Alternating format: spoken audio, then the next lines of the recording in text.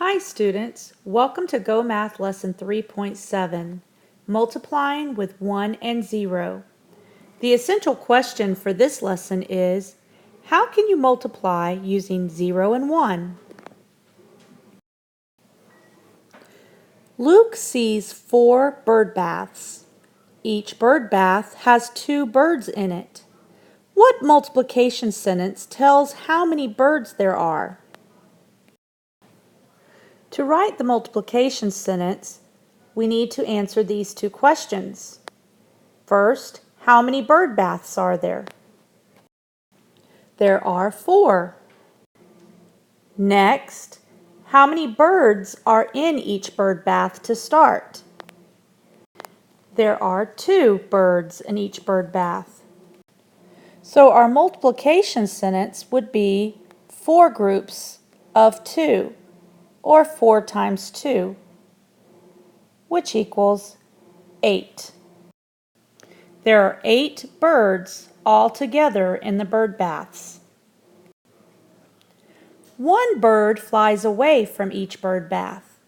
Cross out 1 bird in each bird bath above. What multiplication sentence shows the total number of birds left? Let's start by crossing out 1 bird in each bird bath. We still have 4 bird baths, but now there is only 1 bird left in each bird bath. So altogether there are 4 total number of birds in the bird baths. The problem we just solved is an example of the identity property of multiplication.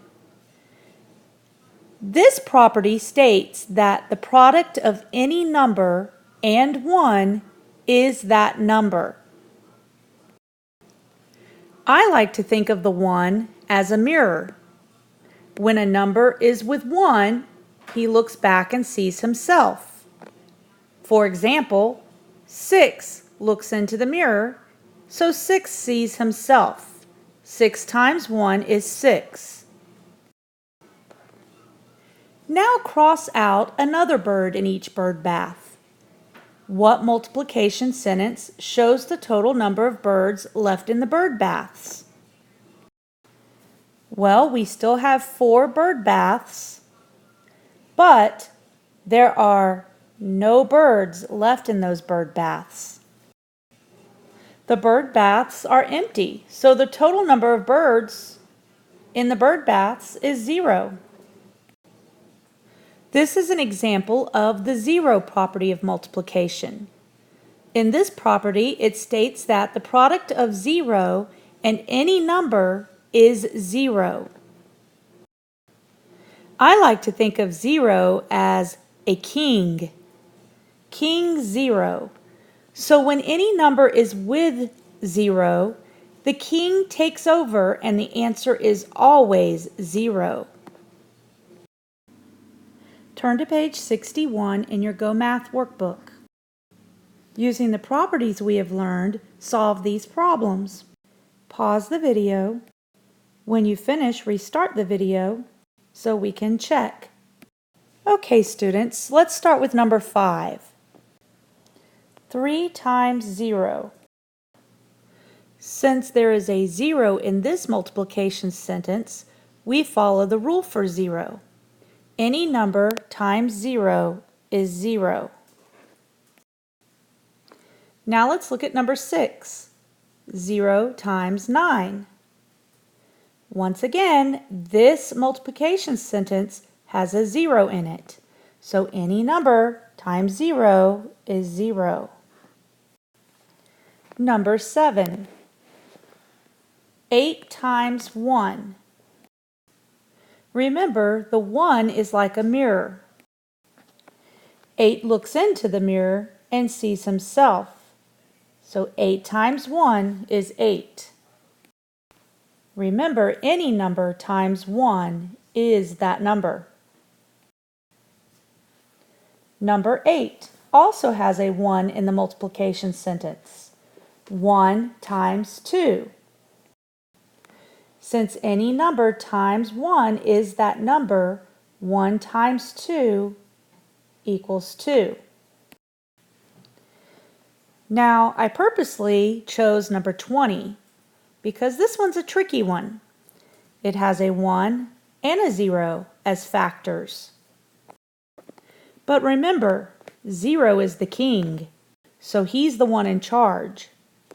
So 1 times 0 would be 0. And last of all, let's look at number 24.